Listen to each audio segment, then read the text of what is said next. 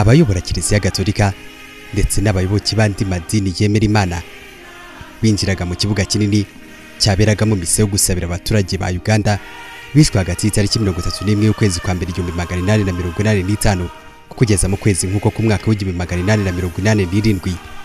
Iki kibuga cyari giteraniyemo abaturage bo mu ngeri zitandukanye kandi baturutse mu mihana itandukanye.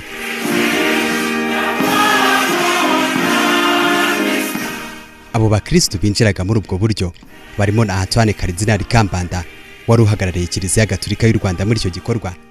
Iki gikorwa cyaranze n'amagambo avuga ubutwari bw'abaturage ba Uganda 45 bamaze imyaka 140 bishwe bazira gutsimbarara ku bukristo.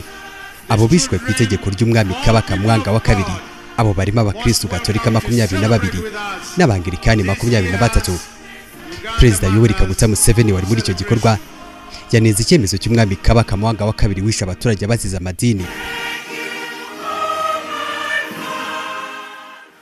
It was therefore wrong for Mwanga to want to kill this new perspective about the supernatural realm. Mwanga yakoze ikosa ryo kwica abantu abaziza ibyo bizera, ariko ni byiza ko abahungu n'abakobwa abahisemo gutakaza ubuzima bwabo nk'ikiguzi cy'ubwisanzure mu gusenga iby'amadini mashyazanye. Ibi nibyo byose bagomba kumenya ku Banyafurika bo muri aka gace. Bashobora no guhara ubuzima bwabo ukubera impamvu ikomeye bizera. They can sacrifice for legitimate causes they believe in. Perezida Museveni yagaragaje ko ubutegetsi bwe butigeze buziza abaturage imyemerere yabo, ahubwo ngo bwakoranye nabo mu rugamba rwo gufata ubutegetsi. Gusa ngo bakoze ibishoboka byose kugira ngo imyumvire ya Gikristo bayihuze n'ibihe barimo icyo gihe. Nubwo bimeze bityo, uyu mukuru w'igihugu cya Uganda ashimangira ko nubwo batigeze bayoborwa n'imyumvire y'abanyamadini, ariko ngo umusanzu wabo wagaragaye muri urwo rugamba. The bush, I lived very closely with the peasants. We united all of them. Mu ishyamba nabanaga n'abakozi b'Imana, twabahurije hamwe mu kugira ubumenyi bushingiye kuri siyansi. Twabigishije ko isasu ryica, ariko amasengesho afasha mu kubona urumuri. Ariko urwo rumuri ntabwo rubuza umusirikare kuraswa, kubera ko hari igihe batubwiraga ko iyo umusirikare afashe urwo rumuri adashobora kuraswa, ariko twarababwiraga ngo barufate maze tubarase, bose bakabyanga.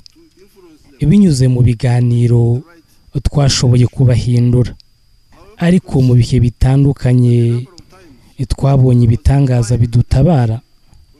Twabonye ko Imana yagiye turwanaho kenshi. Ibi bishimangira imvugo y'abasokuru bacu ivuga ngo Imana ifasha uwifashije. Nk'uko mubizi, guverinoma ishyira miliyari nyinshi mu gutunganya iki gikorwa remezo cy'abagatolika n'abaprotestanti mwabonye muri uyu munsi. Igihe abayisilamu bazaba biteguye, nabo tuzabafasha kuko bambwiye ko hari abayoboke babo bishwe.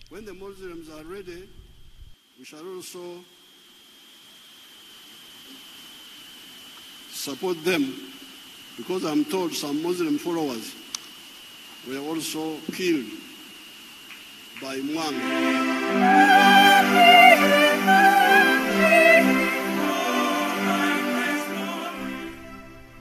Abayoboke b'aya madini bafite abaturage babo bahowe imyumvire yabo bagaragaje ko abaturage 45 batumye abakiriho bagira umuco wo kwita ku bafite ibibazo. Uwari ubahagarariye yavuze ko bakibona ibibazo bikomereye abanyagihugu binagomba kwitabwaho mu maguru mashya. Ubwiyongere bw'ikoreshwa ry'ibiyobyabwenge mu rubyiruko ni ikibazo gikomeye. Banywa marijuana, inzoga zisindisha, ibitabi n'ibindi biyobyabwenge. Ibyo biri kwangiza ubuzima, bigasenya imiryango, bikongera ibyaha n'ibibazo by'ubuzima bwo mu mutwe. Nk'abanyamadini na guverinoma tugomba gufatanya kubihashya mu buryo bwihuse. We must urgently address this as church and government.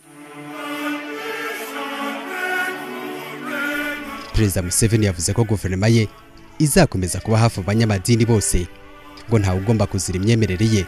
Perezida Museveni kandi yasabye bagenzi bafatanije kuyobora igihugu ko mu ngengo y'imari ya buri mwaka bagomba kujya bashyiramo amafaranga agomba gufasha aya madini. Igitariki 3 y'ukwezi kwa gatandatu buri mwaka igihugu cya Uganda cyawugeneye ikiruhuko mu gihugu hose.